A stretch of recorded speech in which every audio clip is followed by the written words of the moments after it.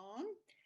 Hello and welcome to the Center for Social Justice. My name is Cristina Odone and I'm the head of the Family Policy Unit here. We have a very large turnout today, so I think I will allow a minute or two for everyone to take their metaphorical seats. And let me take the opportunity to tell you about our most recent event at the Family Policy Unit. We held it last week, but you can still catch it on our YouTube channel. And it's worth doing so because we had Dr. Tony Sewell, the chair of the Race and Ethnic Disparities Commission, come and speak to us about the importance of the family in delivering, in determining children's outcomes, no matter what their background. We had a stellar panel, as we do today. And last week we had the Sun columnist Mercy Muroki and the former head teacher and education specialist Dennis Sims, who is now working with us at the CSJ. Really worth watching, really worth listening to. So do tune in after this event. And I think I've allowed enough time for everybody to settle down and to issue a formal welcome. We're delighted to be hosting a very special event today with the Secretary of State for Education, the Right Honorable Gavin Williamson MP. We are particularly pleased because the Secretary of State is not here in the role we associate him with usually, which is at the helm of the Education Department, but he is here as the cabinet minister responsible for the family. He will kick off today a discussion that I know our panelists will make lively and insightful on the theme of family, the gap between Westminster and the rest. But before I hand over to the Secretary of State, a few words about what we do and what you can do. Here at the CSJ, we focus on poverty and those policies that can alleviate it. We've identified 5 drivers, what we call the 5 pathways to poverty, and they are homelessness, worklessness, debt, substance misuse, and family breakdown. And now for your role today. We want this to be an interactive event. We want to hear from every one of you, or at least any one of you who has a question for the Secretary of State and for our panelists. All you have to do is go down to the bottom of your screen, use the question function, and I will do my best to deliver your questions to our guests. And now, it is my pleasure to introduce the Secretary of State for Education, the Right Honorable Gavin Williamson MP. Well, thank you so much for having me, and good afternoon to you all. It's a real pleasure to be here at the CSJ, and while it's a pity not to be joined by all of you here, I'm just glad to be able to have the opportunity to talk about a subject that is far too often neglected by politicians in Westminster. As the Cabinet Minister responsible for our public education system, it's right for me to start by saying a huge thank you. A huge thank you to everyone who has worked so tirelessly throughout the pandemic supporting schools and colleges. But a key part of my responsibilities is for family. And it is family that I've come to the CSJ, the home of family policy, to discuss. There is no doubt that the last 12 months have put enormous pressure on home and families. But they have also reminded us of the eternal truth, that our families are almost always the best support mechanisms any of us have to fall back on. Many people have moved back home during lockdown to either look after their parents and grandparents, or for themselves to be looked after by their loved ones.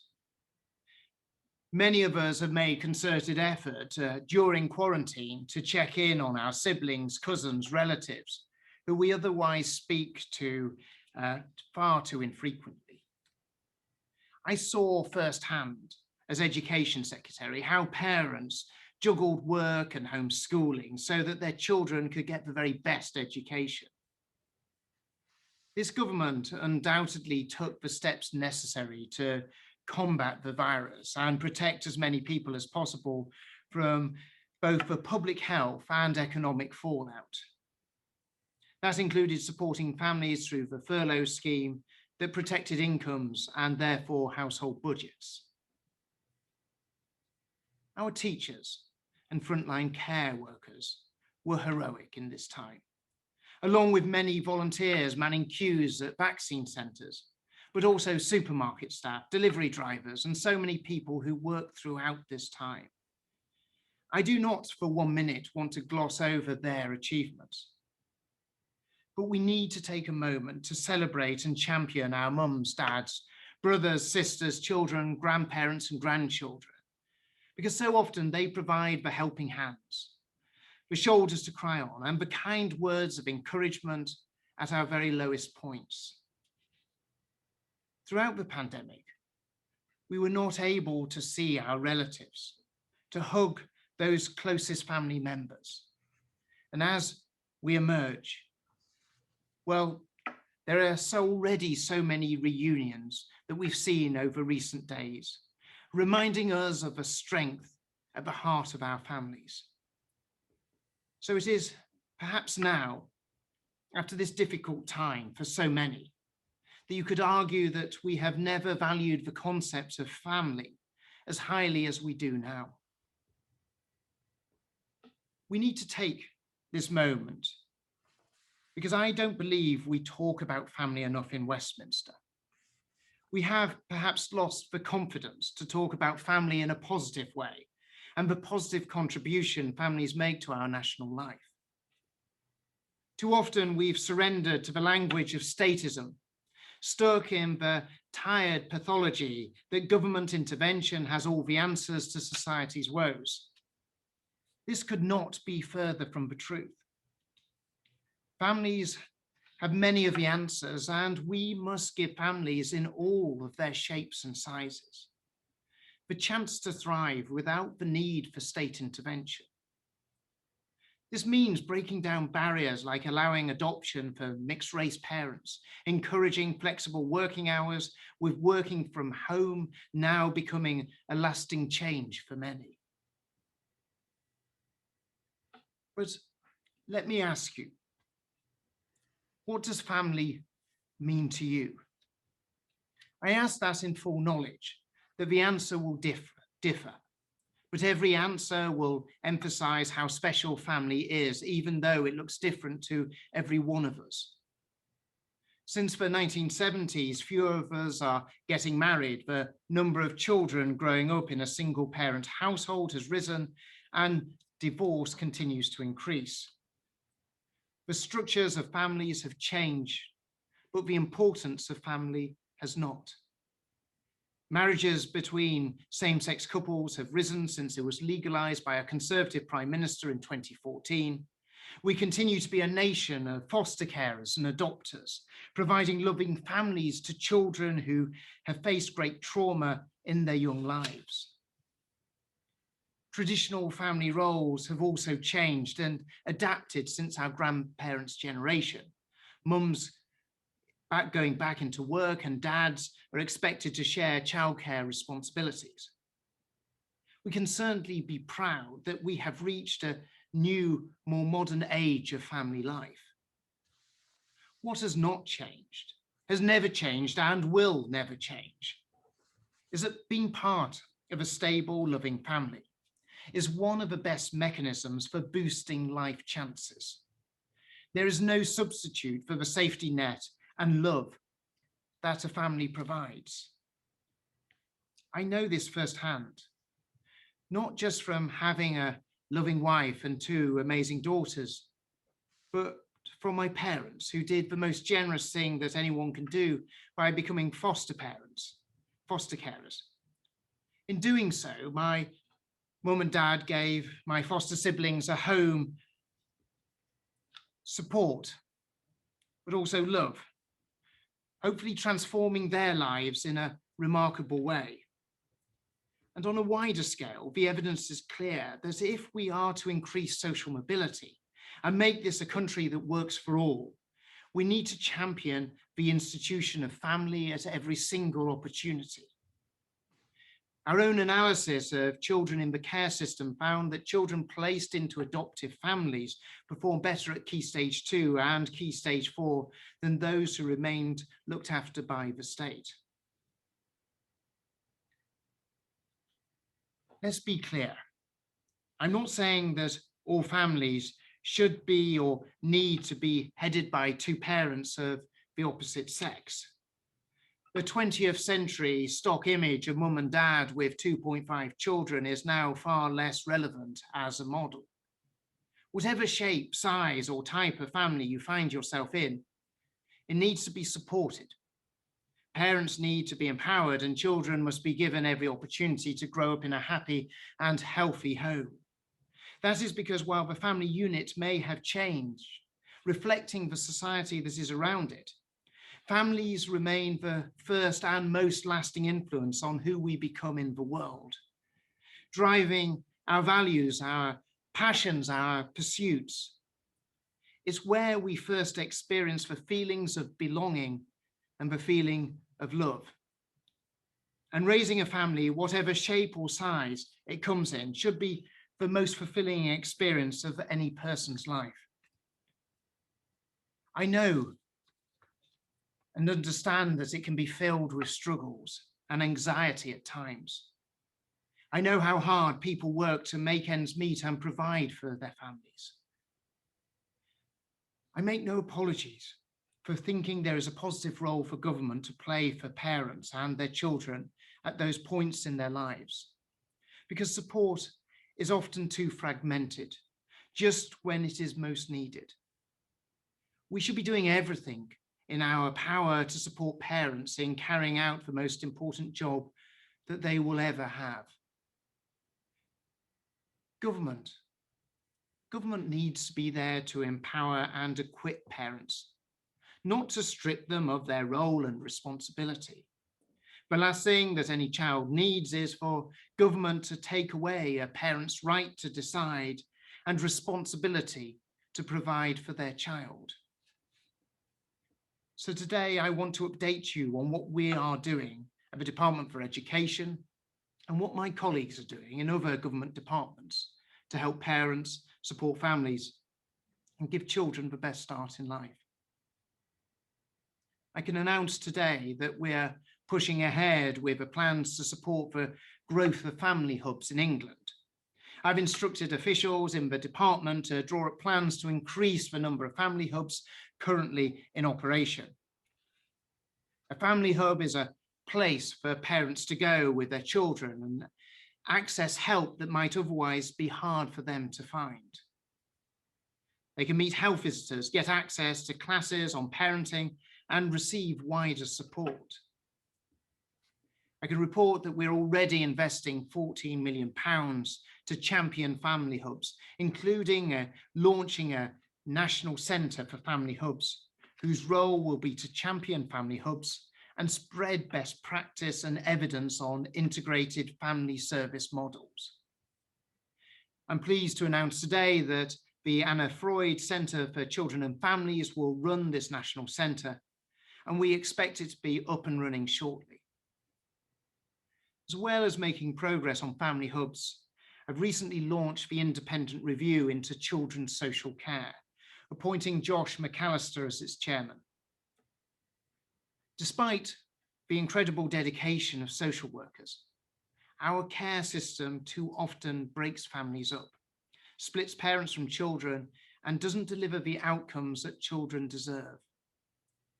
Josh and his team will report back to government with the plans that we need to undertake to fix this. I've also appointed Krish Kandia as chair of the Adoption and Special Guardianship Leadership Board. Krish is a real leader in the field of adoption and fostering, and I know he'll bring fresh ideas to this area. Too many children find themselves waiting for an adoptive family. Far too many children never find a placement. We need to do more to fix this and to end this injustice, to give children a true home, a long-lasting home, something that will last for their whole lives. I've already signed off continued support for the Adoption Support Fund, and I will release the department's strategy on adoption later this year as well. We are not the only ones in government doing our best to help families. The Secretary of State for Health and Social Care and Andrea Leadsom published The Best Start in Life for Life, a vision for the 1001 critical days.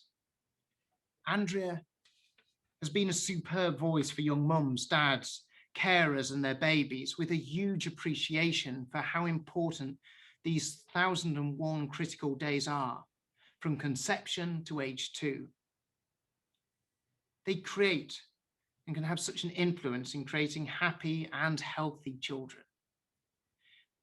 I'm really looking forward to continuing to work with Andrea to deliver the 6 action areas outlined in The Best Start for Life, which I think will have a transformational impact for babies and their families. My friend, the Secretary of State for Work and Pensions, has done fantastic things with the new Reducing Parental Conflict programme and leads on the family test. For me, the family test is incredibly important. It was introduced back in those coalition days and requires every government department to help assess the impact of plans for new and amended policies across government on family relationships. What we all agree on is that vulnerable families deserve to receive the right support at the right time to help them thrive. I was hugely pleased to see my friend, the Housing Secretary, relaunch Supporting Families earlier this year. Supporting families demonstrates the way public services should work, with services joining up to ensure that more families get access to early, coordinated support to help them overcome their problems before they escalate. This early intervention, this action at the right moment, this desire to help families stay together is so incredibly important to improve the life chances of so many.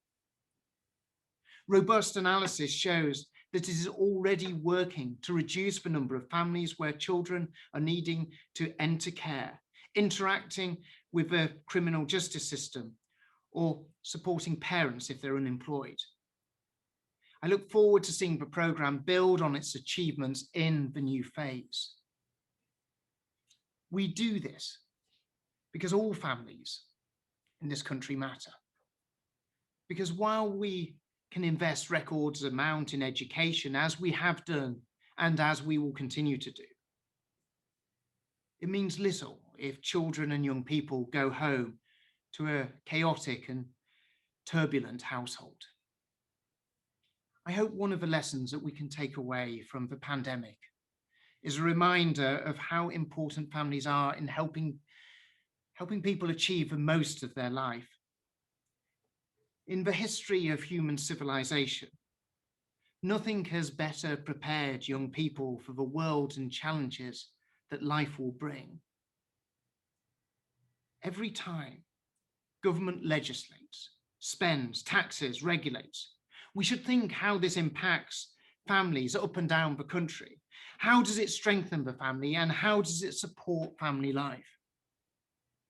There is, I accept, some way to go, but we have made a promising start. I asked before what family is for you. For me, family means being there for loved ones, no matter what is happening in your life. The stability, the rock, the certainty that you can always turn to no matter what. It is this view that I want to take forward in my role as Cabinet Minister responsible for family. I hope you and others across Westminster and the country will join me in that mission. Thank you. Thank you very much, Secretary of State. That was a powerful reminder that family matters as a safety net, but also as the first template of relationships and as fuel for aspirations. Thank you also for venturing into territory where few politicians dare to go. It's been a long time since a minister has delivered a speech about the important role that family can play, not only for individuals, but for society at large. We have questions from the audience, but may I take advantage of my position as chair to ask first, will the upcoming spending review reflect this new recognition post the pandemic of the need to support families? Well, as chair, you can take as much advantage as you want, so you should absolutely abuse that position. So, I'm not the Chancellor of the Exchequer, so I would never wish to prejudge a spending review, nor compromise the position or negotiations. But for me, it's absolutely vital that it looks at families. I certainly want to see a large expansion of family hubs right across the country. I've seen firsthand the impact that they can have. It's a clear and tangible measure that we can undertake and we can deliver on. And that's certainly something that as I pull together my plans for spending as a department, I want to see at the centre of what I do. Because we mustn't ever forget that early intervention, the right level of support, can do so much to ensuring that we have to avoid intervening at a much greater level later on down a child's life and in with a family. So it's so important that we can get this right. And there's been some brilliant work, and it would be absolutely remiss of me if I didn't pay tribute to the amazing work that Lord Farmer has done in this field. And I remember all my days going back to being Chief Whip, is that it's something that he came to see me about and actually really championing. And I very much hope that as Secretary of State for Education, it's one of the key areas that we can deliver on and actually make, not just good theory, not just good pilots, but actually really good universal practice right across the country. So we're very much hoping to put families right at the centre of certainly everything that we do as a department, and I very much hope wider right across government.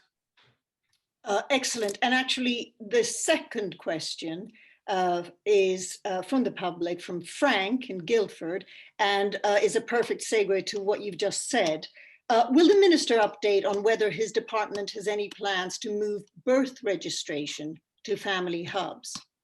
Well, personally, I'm desperate to see that happen, because I'm not sure about many of those who are watching this, but we can also remember that sort of incredibly important moment where you went and registered your child, and how important it is to do. So making sure that very early interaction, that first one, isn't just about registering your child, but actually showing that there's a whole much wider family around you that is there to be able to support. And we're working across government to ensure that this can happen. It's certainly something that I want to do. I think there's enthusiasm in the Home Office to also to see it happen.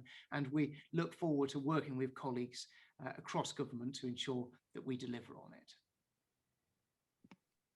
Excellent. Secretary of State, do you still have time for... Oh, I feel obliged that I should answer more. So, please fire away.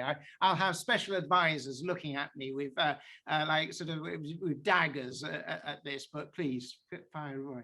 Okay, an excellent question, because I've just finished a report on how to safely reduce the number of children going into care. And from Kevin Williams, we have: the Secretary of State has commissioned an independent review of the care system. Does he think that if families were better supported, that we would see less young people needing care and therefore provide a better quality care system to those who do need it? Well, quite simply, we need to do everything we can do to encourage family life, the support that family brings. And that is very much the same ethos that Josh, who's leading that review, also takes, recognizing that those early interventions can actually lead to so much better outcomes further down the line for children, but for the whole family as well. Because every time that you see a child taken away from a family, it is a real tragedy. And I remember very starkly from my own sort of, with my mum and dad, if there's anything that can be done to ensure that, children can stay with their family, you want to do that. But there are sadly some cases where children have to be cared for by others. And what I really want to do is, and strive to do, is to try and actually give those children who are maybe not in such a privileged position as I found myself in and so many others found themselves in, to make sure that they have the same sort of permanence, as much love and support that can possibly surround them, to make sure that they have someone not just there for a short period of time, but also someone there for their whole life. And I was talking to a young man who had been in foster care for a long period of time and been with the same foster carers for a long time. And he's now 26 and he's still with his foster carers. And he said to me, and it's incredibly touching, he said, they are my very best friends and they are my mum and dad. And it actually goes to show, and you'd seen the success he had had in his life. And it really goes to show how permanence and the support of people who love and care can just make the enormous difference to people's lives. Now, of course, the most basic and core building block to all of this is the family. But equally, for those number of children who don't have that, we have to do everything that we can to ensure that we give them their permanence and that support and love that surrounds them. But we need to do everything we can do to ensure that they have that amazing privilege of a family that's around them and supporting them. And that's very much what we want to see, the work coming out from Josh McAllister's independent review. And we'll obviously look at that with great interest. Excellent. One more? Why not, please? Okay, this is really, really interesting from Elizabeth Carney Hayworth OBE.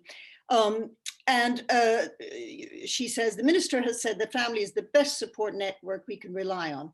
However, for children living with domestic abuse, this is not so.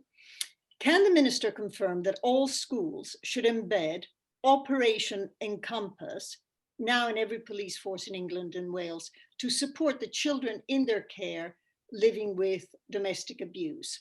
So can I just say for the audience who might not know this, Operation Encompass was pioneered in Cornwall and Devon, and it's a brilliant, brilliant safeguarding strategy, which has, when police go into a family's home and discover that domestic abuse was present, they can, if the school is part of Operation Encompass, call the school where there is a designated safeguarding member of staff and explain to them, look, little Jane or little John are going to come into school tomorrow completely traumatized. We were called in, there was a domestic abuse incident, and can you help monitor her or him? Can you help get them over this terrible trauma?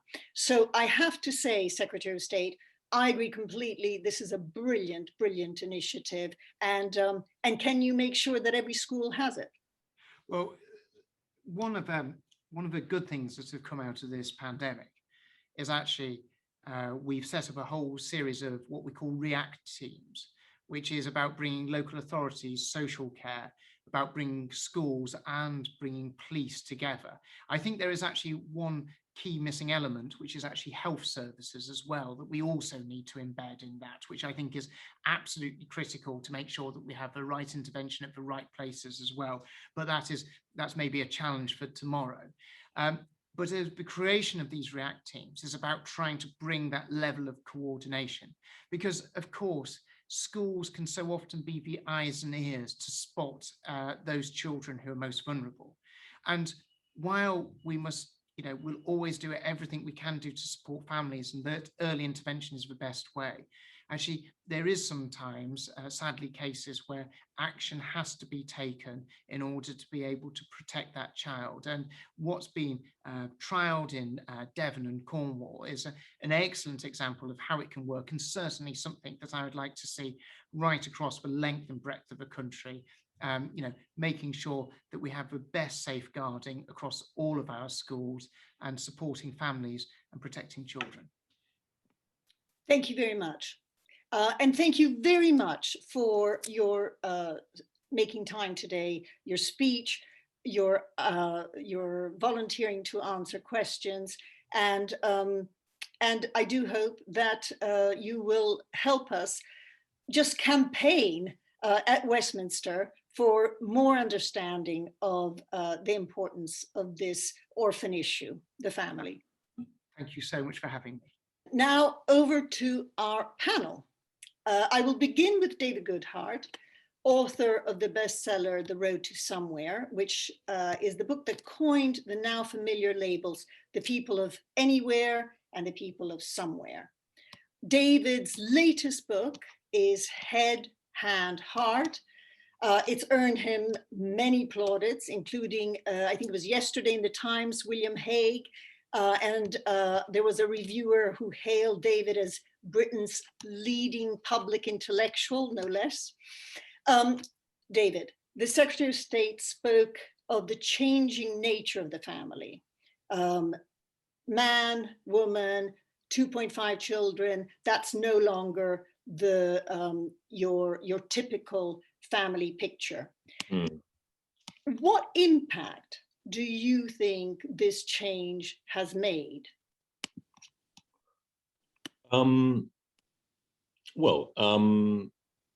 It has made a lot of impact. I mean, as has changing relations between men and women over recent decades. But I think we're now at a kind of hinge moment in a way, where there is much more recognition that it is possible to, as it were, kind of reboot domesticity for an age of gender equality and indeed more fluid family structures, that the two things are not kind of in conflict. I think one of the reasons why the Westminster bubble has been so reluctant to promote the family, and I mean, the truth is we have some of the worst family and gender policy in the whole of the developed world. I mean, our family policy is essentially about making it as easy as possible for both parents to spend as little time as possible in the family.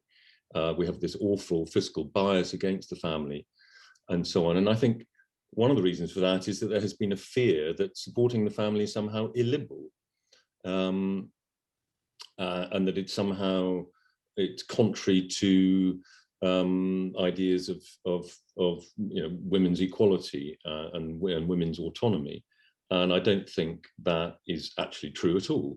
And I think we are, as I say, I think now at a sort of hinge moment. I think it is significant that a cabinet minister is now prepared to make speeches like the one that Gavin Williamson just made.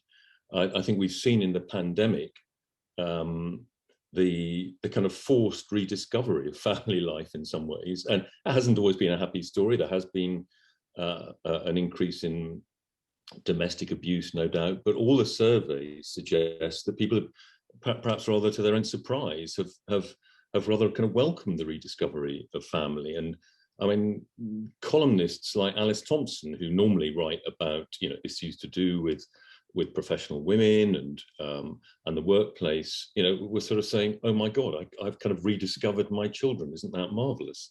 I think we've also seen in the Sewell report. We've seen in the Sewell report a major government report which has based quite a large part of its argument about ethnic disadvantage around different forms of parenting, different forms of family life across different ethnicities. The fact that 63% of British Caribbean kids are being raised in single parent homes. And the number, I think, is also quite similar, by the way, for poor white kids. And what is it? I think 6% of British Indian children are being raised in single-parent homes, and the report quite rightly says clearly there is a relationship between these numbers and subsequent social outcomes. I think perhaps a final point. There's also a kind of new strand of post-feminist, or one might even say sort of pluralistic feminist thinking that is much more sort of sympathetic to care in the family. I mean, Madeline Bunting, I mean, I think you would still very much call herself a feminist, has just written a book called Labours of Love, and in which she does say that one of the problems with modern feminism is that it's sort of defined itself against care. And you have people like Mary Harrington, coming up with all sorts of interesting ideas about kind of how we can reinvent cottage industries so it's easier for women to combine looking after young children and working. And indeed, the working from home phenomenon of the pandemic may well have contributed to new thinking about that. Thank you, David. And actually, you stop right there because you've given me a hinge moment, as you would call it, to bring in our next panelist, Helena Morrissey, Baroness Morrissey, a superwoman who shattered the city's glass ceiling, has campaigned tirelessly for greater inclusivity in business, both through the campaigning group that she founded, the 30% Club, and since 2016 through the Diversity Project. She has also launched a very popular Instagram account which features the most spectacular dresses to wear in the office, and raised a family of 9. But Helena, following on from David,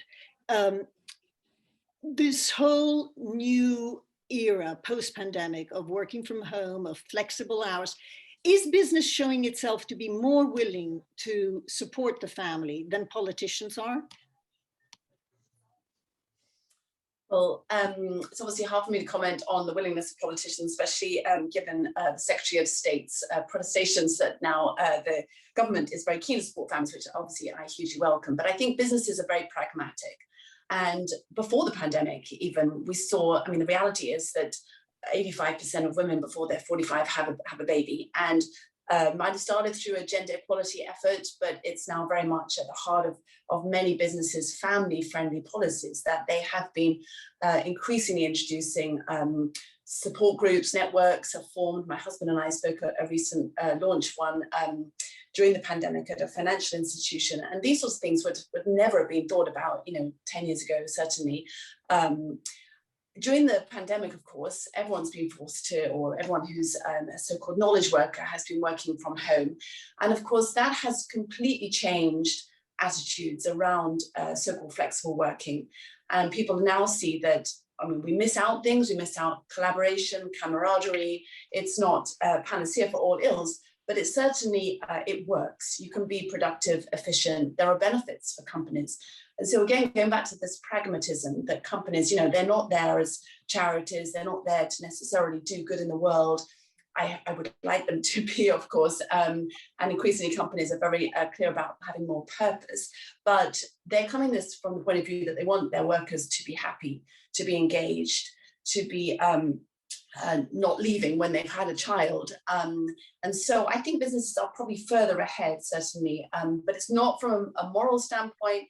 I personally think that strong and stable families and are the sort of foundation point for a strong society and for happy individuals. But businesses are coming from it. They want to have people who are engaged.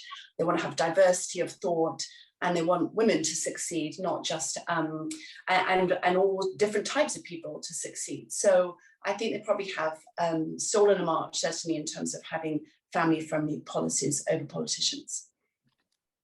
Excellent. Over to Paul Goodman, editor, Conservative Home, a site that has been attracting 14 million visitors last year and is recognized as one of the most influential players in Westminster politics. Paul also served as an MP for 9 years and worked as a leader writer for the Daily Telegraph. Paul, as a true Westminster insider, why is it that politicians are so loath to talk about family? It will be engraved on my tombstone. Paul Goodman, true Westminster insider. But let me try and take up your challenge as that sort of animal, and begin by thanking and acknowledging the work that the CSJ does in this area, because it takes an enormous amount of time and thought to get on top of that, and you're doing that in spades. And in fact, the CSJ itself leads me to where I want to go in answer to your question, which I think is this. I mean, very crudely, politicians go where the voters go. And among the massive social changes in the last 50 years has been the greying of the population. So if you look at policy and development overall, there's been, over that period of time, a very big shift of government support, broadly speaking, from families with children to retired people. Now, retired people are themselves members of families, of course, but it's a change from one type of family situation to another. And of course, as is well known, capital has basically moved up the age range. So we have generation of rent and an extraordinary, real modern two nations situation where the rich and the poor, you might as well speak of the old and the young. So let me come back to the CSJ. One of the really interesting questions is, how has this been allowed to happen? And the CSJ really is one of the very few organizations that's straddling a gap. You talked earlier about, there's a gap between Westminster and the politicians. That's true, but what about the middle? What about civil society? And we have not produced in Britain a strong cross-party lobby for families. It just hasn't been there. Then I touch on my special subject, which is the Conservative Party. The Conservatives have become very nervous of this policy area for at least 30 years, since the Caesar era of John Major, and they are really somewhat divided about it. I mean, not, I think, as divided over culture as Labour are in some ways, but there are differences. I have to say so pretty plainly that there is a Conservative social justice family lobby, but it's really not been very effective at a senior level. Just wait 5 minutes and we'll make it more effective. Getting its message across. I mean, the family policy in the David Cameron, George Osborn era, I think, was pretty much as David Goodhart sort of described it. So where do you go from here? Well, the Conservative Manifesto really was very shy in this area. It simply said, raising a family should be the most fulfilling experience of your life. For too many parents, the cost of childcare is a heavy burden. I mean, maybe childcare is the way in to thinking about family policy more broadly. And I'd really end with a simple point, which is that it's easier for politicians to deal with what they take out from families than what they put in. By that, I mean, it's much more simple and straightforward for politicians to address tax, or even what goes into universal credit and the benefit system, these fairly straightforward, though difficult policy instruments, than it is for them to sort of say, do stuff with family hubs or with mental health. If you have to put something in as government, it's all got to go to the Treasury. The Treasury wants to test whether family hubs are going to deliver value for money for the taxpayer. So that's the challenge. I think you're doing great work. I thought the Secretary of State's speech was an encouraging first step, but it is only a first step on what's proved to be a very difficult road. Thank you. I remain buoyantly optimistic that we can make a difference, but thank you for that, for sounding that warning for us all. And now on to Kat Osborn, who is the CEO of a brilliant award-winning charity operating with 35 or more local authorities called Safe Families for Children. And Kat, Paul described a mentality that is true of both Labour and Conservatives, a mentality that whereby they are nervous and divided over this issue of family.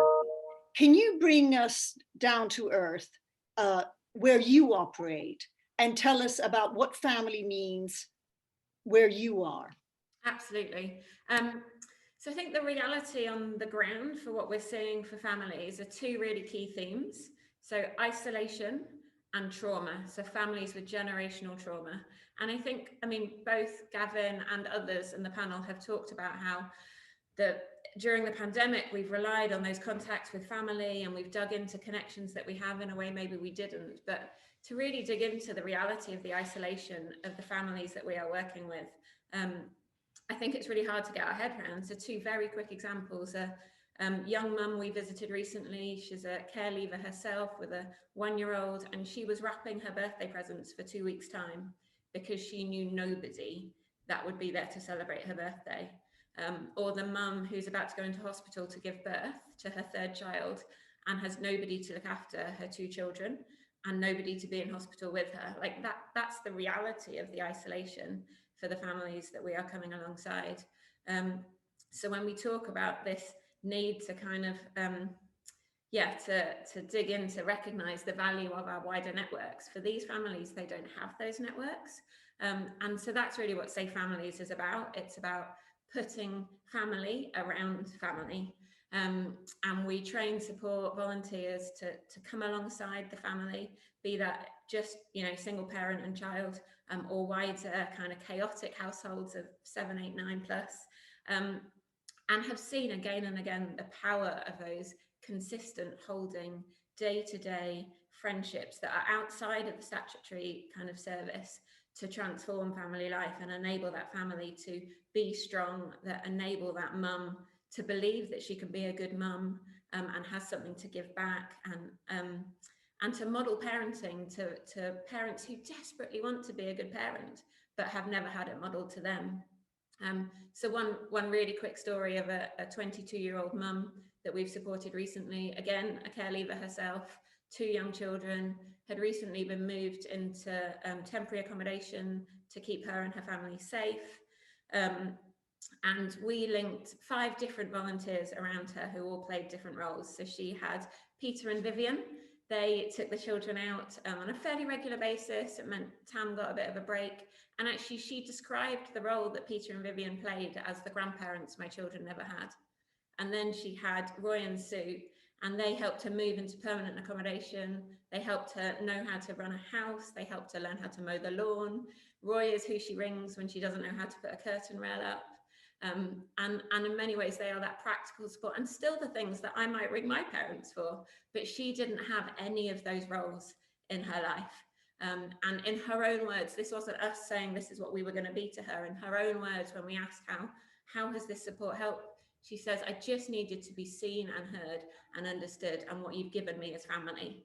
So in those contexts, that is still this, naming what people want is strong family around them. And we just possibly have a slightly wider lens view of what that family means in terms of the volunteers who have come around. And again, I experienced that in my own. I'm a volunteer with Safe Families as well as being chief exec, and volunteered with the family. Probably I met them first 3 years ago. So mum, 4 children, all in the child protection register. They've been closed to children's services for 2 years and are thriving. But those children really early on started calling me Auntie Cat, and mum encouraged it. And it was just that you could see like they were naming that desire to have strong, stable family around them. And we've seen that it works as well. So we have evidence that we reduce the flow of children into care by 9 to 16% in the local authorities where we work. And perhaps even more importantly, we've shown that if families that have been closed to statutory services for at least 12 months and formally closed to us, but yet still in contact with those volunteers, who have become friends and family, 90% of them haven't come back through the front door of children's services. So it just highlights that need for, family around the family to make it strong. And I was, I'll stop there for now. No, Kat, I'll tell you something. I would be interested in knowing something else. You work with real people way away from London, from Westminster, from the so-called bubble. How do they speak to you about family? How do they think about family? Do they recognize the importance of the family, whether it's the ones who wish for one or the ones who are living that experience? Absolutely. They dream for their family. They, like, almost in my first meetings with the mum I might be getting to know, she's talking about her dreams and hopes for her family unit, and that family unit may be very different from my experience. But yeah, I think even in those two stories I've told, you see that what they want are those safe family, loving relationships where they feel safe. Excellent. Sorry. I have another question, and this is from Miriam Cates MP. Research coming out of Sweden is beginning to suggest that spending long hours in childcare in the early years has concerning negative impacts on children, including on their mental health and on their school results. However, recent UK policy is very much focusing on childcare and providing childcare as the solution to having both parents working and as something that is the optimal picture. What does the panel think? And can I turn first to Helena, because you know this firsthand. Is the emphasis on childcare policies the right emphasis? So I think it's a great question, because I think, and it does touch on something that David said earlier, actually, when he was talking about women and, feminism and what was supposed to be making women happy was sort of basically not being in the home. Whereas now we know, I certainly know, and so many more of us have experienced this over the last year, this reset moment for family life, that actually it's probably made a lot of women as well as children unhappy, and perhaps men too, in terms of spending long times away from each other, particularly when children are young. So I think we need to move beyond this idea that the whole point is just to ensure that everyone can be out earning money all the time and outsourcing their childcare and so forth. Obviously, we've seen extreme examples, I would suggest, where some financial institutions, for example, have also suggested that they pay women to freeze their eggs rather than actually letting them, have a family at the time when they biologically would be more appropriate for them. So I think it's time to have a more, I suppose, human discussion, not just let's treat everybody as if we're sort of robotic, we're there just to work and exist, but actually to really build on what we've learned over the past year about the value of relationships. I can only say intuitively that, obviously if you put children in a sort of institution for many hours without seeing their parents or having a single carer that they are relate to, then I would have thought that would make the child very nervous at very least. And this research sounds very interesting. I haven't seen it myself. So yes, I would like to see this next phase being much more around the reality of life, and not about separating work, family, and then trying to create some balance afterwards, when we've sort of made it very artificial and pretended really that we are robotic without emotions and without mental health issues. Let's be more holistic about the approach. And I'm optimistic because, again, I think businesses now are realizing that we can achieve good results whilst not having everybody stuck in an office 5 days, 6 days, 7 days a week, working incredibly long hours. Thank you, Helena. Paul Goodman, what do you think? Is Westminster unduly focused on childcare? First of all, just to say that to Miriam, I've watched a bit of what you're writing and doing, which is very interesting. And thank you for everything you're doing in this area. I mean, Christina's just asked a question about childcare. So, part of the answer is to reflect on what childcare is. Now, this kind of research that Miriam cited isn't new. There's been research reaching the same conclusion before. So I can't see any particular reason why new research is going to change what anyone thinks, unless one goes back to the simple but not easy political decisions. Basically, you can load the childcare system, caring for children, in such a way as to try to encourage maximum female participation in the labour market. And this is kind of broadly what happened first under New Labour, then under the coalition, and has drifted along since while the Brexit debate has raged. You can do that. Or you could have a system that seeks to maximise choice. And what that would do, rather than have these pots of money here and there for different groups of parents, is really have a much more simple system whereby people could use the money for any form of childcare they like. And what we do know from polling is that this high quality childcare, which some parents like, is fantastically expensive to deliver. What parents on the whole would rather have is more choice, to be able to care for their children more themselves or have family members do it. And the childminding profession in particular has felt really squeezed by the childcare policy in recent years. So I think myself, what government should be looking at is these simple, more straightforward payments or allowances for parents. Warning note, it would be fantastically expensive, so the Treasury won't like it. But if you're thinking of the welfare of parents and families, and you're talking childcare, that is the way to go.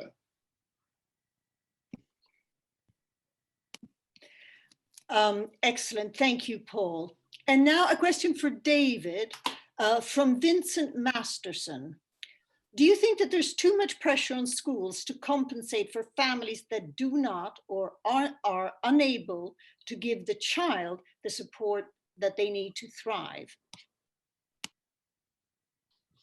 Well, I mean, yeah, schools are asked to do everything, really, aren't they? I mean, particularly for families in trouble, families that are struggling, school is often presented as the answer, and school obviously cannot take over the role of families. But I mean, I suppose one ought to say that that there might be fewer children struggling at school if parents, usually mothers, did have the opportunity to stay at home for longer when children are young. I mean, this is Paul said at the beginning of this discussion that politicians follow where people are, but actually this is a classic example of where politicians have not followed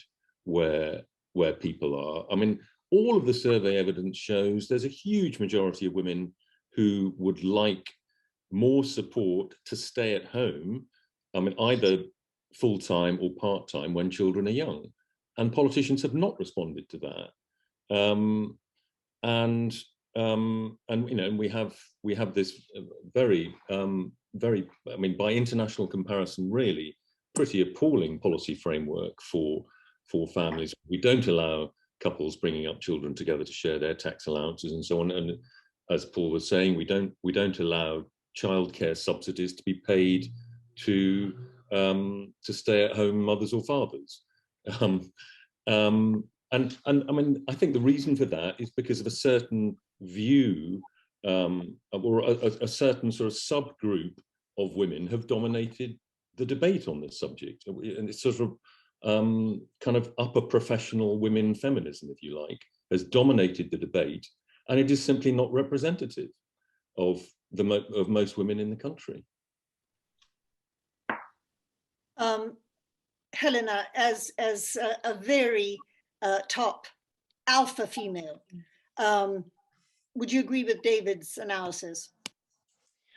Well, I would, but I actually think, I mean, in some ways that would sort of, you know, he would include me in his group, but actually, I know that I'm not alone in having wanted to, you know, spend more time with my children, not just now, but over the years, and managing to work it out so that I could. And I certainly am running campaigns to encourage more gender equity in business. I've been certainly not focused on, you know, women being at the top of the tree at all costs. I think it's actually a question more of making it less, less about working with 85 hours a week and that being a requirement, and more about the judgments that you make and so forth. So I think David's right, but I think that the discussion has moved on somewhat in terms of what, you know, those professional women are thinking as well, and perhaps because they've seen the huge sacrifices that it entails. And as I said earlier, I don't think that's natural or human. It doesn't make people happy. This is not just women, but I think experience of the past few years, particularly the past year, has shown many men that they would like to spend more time at home as well. So I think we have this moment, I liked David's expression, a hinge, to really drive forward a new way of thinking about this, that it's not about squeezing family into a hectic, busy schedule where work and career success are the #1 goals, but it's about broader priorities. Thank you. Another question, and this one from Andrew Selou MP, who, like Miriam Cates, has been a fantastic campaigner and champion of the family at Westminster. How do we encourage kindness and commitment from men to their partners, the mothers of their children? And Kat Osborn, I think this is a question for you, because you actually try to raise this kind of relationship with the men you work with. Can you tell us a little bit about how does one instill that kind of commitment? Yeah, I mean, talking, I guess, from the families that we come alongside, it's, I think, first of all, creating space for them to be seen and heard and understood themselves. And that, I mean, that cross-cuts the families we work with, but it's actually in that place of being able to communicate their fears, that they feel understood, and then they're able to begin to receive the advice or modeling, or just, I think, in having someone who's not a professional, who's there to possibly criticize or make judgments. I'm not using that as a negative term. In some ways, that's what the professionals around families have to be doing. But this is just someone that can model, encourage, say you're doing a good job, and enable them to recognize their own skills, and therefore know that they have capacity to love too, and whether that's the relationship they're in or their children. And also creating space. One of the things I love about how Safe Families works is that we have families that volunteer alongside families. So you'll have, you know, your couple with 2 young children who get linked to a family, mum, dad, and their children with their different complexities. And actually they just go out together and do normal family life together and model what it looks like to play with your children. Because actually for a lot of the dads that we would be coming alongside, they wouldn't necessarily have had that themselves. So yeah, it's about starting with being seen, heard, and understood, and then doing with, coming alongside and sharing life. Thank you, Kat. David, when you do your social research for the books that keep getting you, that keep garnering so much praise, fatherhood, is that understood in the same way? Does it elicit the same emotional reaction among the somewheres and the anywheres, or is there a distinction? Is there something that is a gap there for us to work on? I mean, I think this whole area is one of modern liberalism's sort of failings in a way. I mean, the whole kind of devaluing of the family, a belief that somehow the gender division of labour should not only kind of evolve as it has done, but should somehow be abolished. I think it is one of the areas where modern liberalism, or a certain type of modern liberalism, has sort of got out of kilter with a large minority, if not a majority, of people in modern societies. And I think, yes, I think a lot of men, perhaps particularly in the bottom half of the income spectrum, feel that I think, you know, most of them are perfectly comfortable with the idea of having more gender equality, of women having, you know, autonomy, women going out to work and so on. I mean, that's, you know, part of sort of common sense, obviously, today. But I think there is a question of kind of male responsibility. I mean, men are still, generally speaking, the main breadwinner, although there's an increasingly large minority of families where that isn't the case. Men have been a bit reluctant to move into areas of the labour market that have traditionally been seen as female dominated. I mean, I think, you know, we spend a lot of time worrying about encouraging young women to become engineers or working in the construction sector. I think we should spend a lot more time, partly because there are so many more jobs there anyway, encouraging young men to work in the care sector. I mean, you know, the care sector is 85% female, nursing is 89%, NHS nurses is 89% female, primary school teaching is something like 85% female.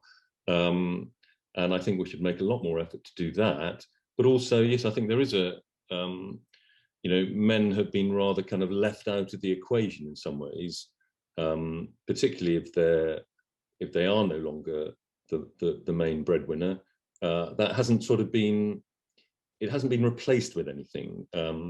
A sort of a new sense of responsibility for men, I think, is yet to sort of emerge.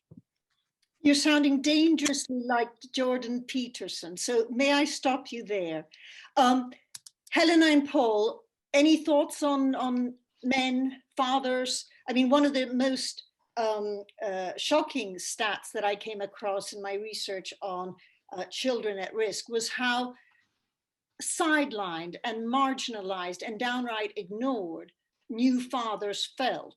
And they felt that because midwives and health visitors continually addressed the woman in the room and ignored the fathers. Anyway, David, any thoughts?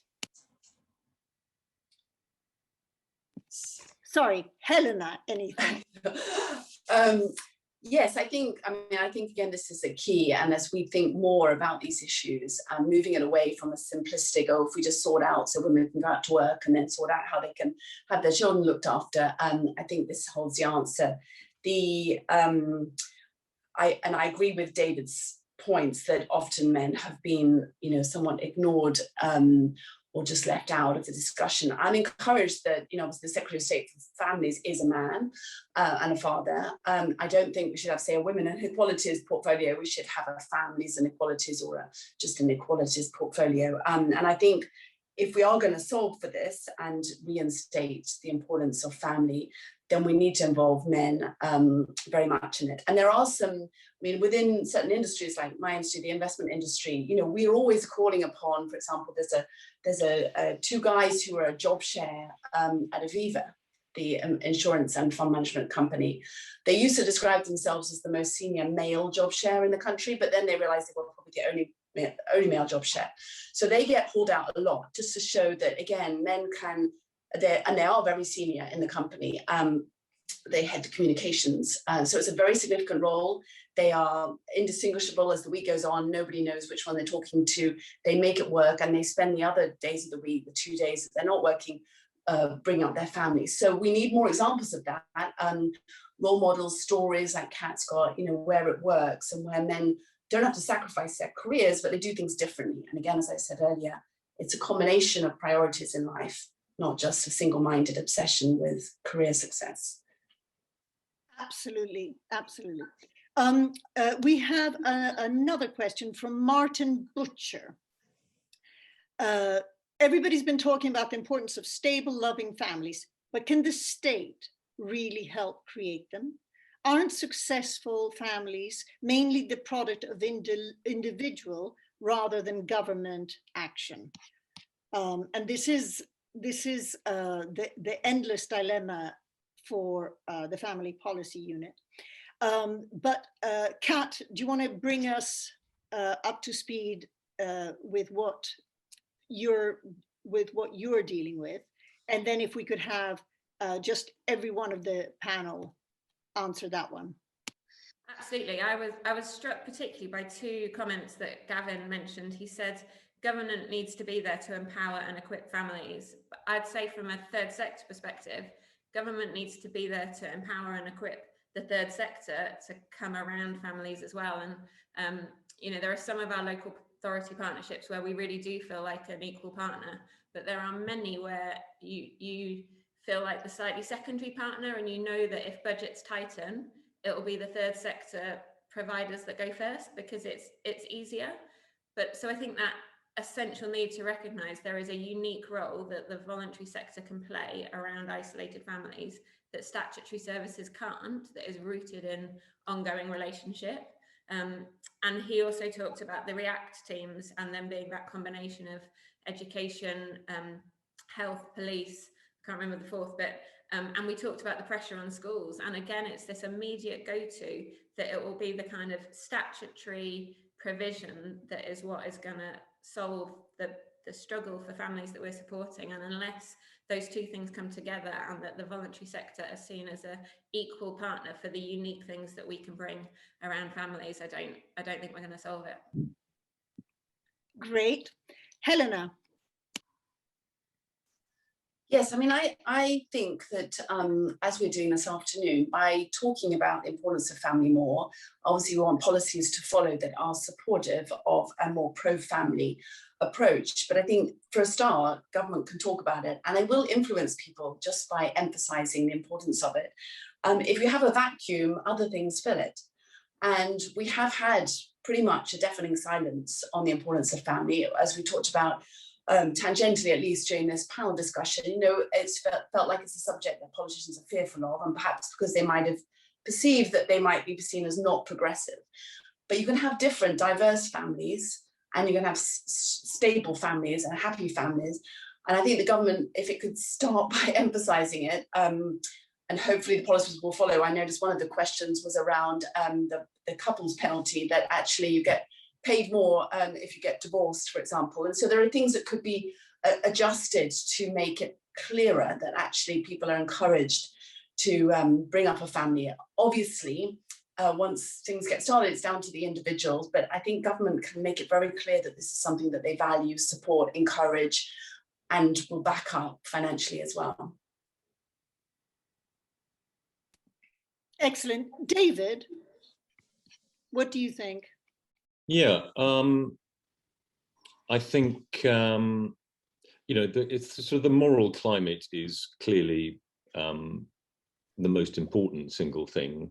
You know, if there was more of a consensus, or, you know, if there was more stigma around, you know, family breakup, or, you know, fathers leaving their partners with young children and so on, that would obviously make much more difference than government subsidies of various kinds. But that is unlikely to happen, and so it's certainly not in a hurry. And so I mean, I do think, you know, governments provide a huge framework for our lives through the welfare system, through the tax system, and governments can, you know, choose to support some things more than other things. And as I said earlier, I mean, in international comparison, we have really very, very inadequate family support in this country. And, you know, particularly in that period where, you know, young couples, you know, one or both of them also perhaps at a very important moment in their working lives, huge pressures on young families, and, you know, huge temptations in the modern world as well, that perhaps didn't exist so much 100 years ago.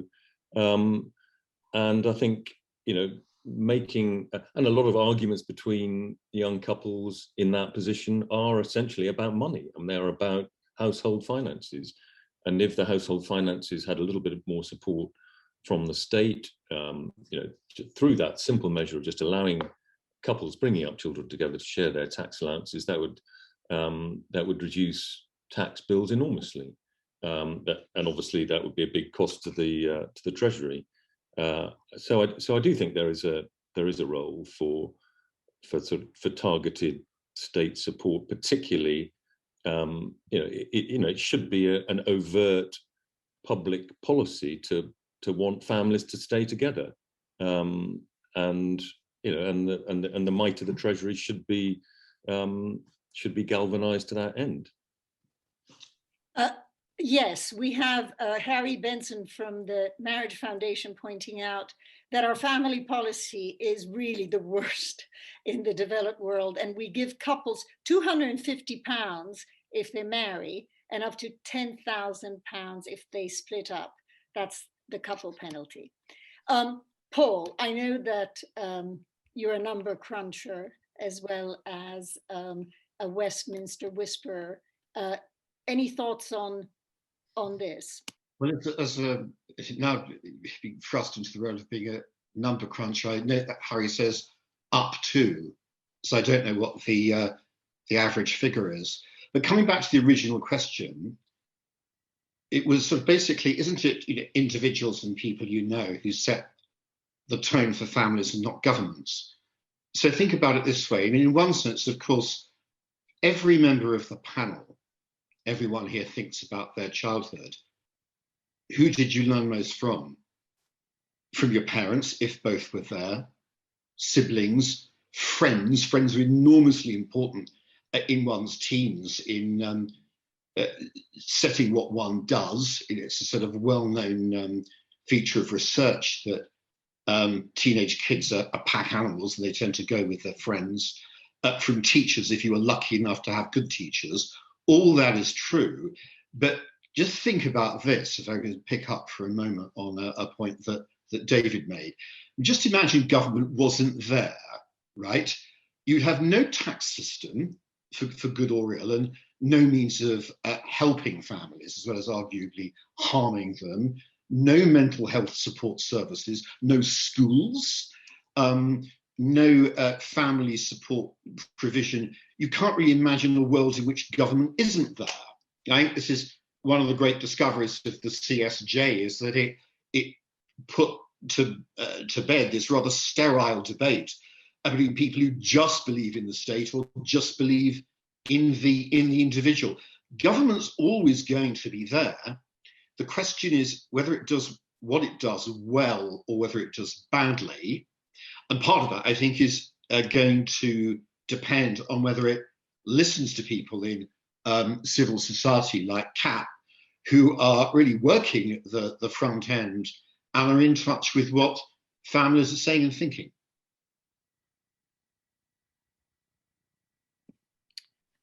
Thank you, Paul. And we have one last question, and I think that's for you, Kat. It's from Joe Cribben. Is there a role for youth sector in supporting families?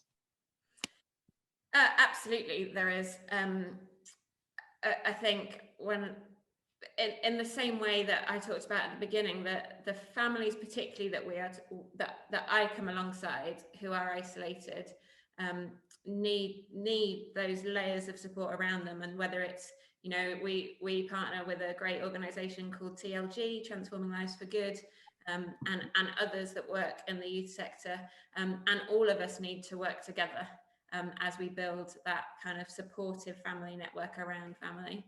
And I think, I'm just slightly tying into the last question, all of us as individuals can think about how we widen the circle of our family, so that we can be that network around others who might need a bit of a stronger family at that time. That's lovely. Thank you, Kat. And it brings us to the end of this event, enjoyable as it has been. I have to say, I'm glad that the Secretary of State was not here to hear the repeated accusations against family policy as inadequate, the worst in the globe, and basically weak. But we said that we could understand that Westminster politicians were very, very concerned about even discussing the family, because it is now seen as somehow illiberal to be a champion of the family. We learned from David Goodhart that happily this is a hinge moment, and that we may be able to finally change the mood music on this orphan policy, and that surprising support may come from pluralistic feminists, a term that I have learned today. And we've heard from Paul Goodman about a system, what we all want as family members is a system that maximizes choices. And although, yes, it will probably entail investment, we all believe that there's no better investment than investment in our families. A big thank you to my panel. You were brilliant. Kat Osborn, Baroness Helena Morrissey, David Goodhart, and Paul Goodman. And a big thank you to the audience. Your questions were among the best I've ever read as a chair. So thank you very, very much.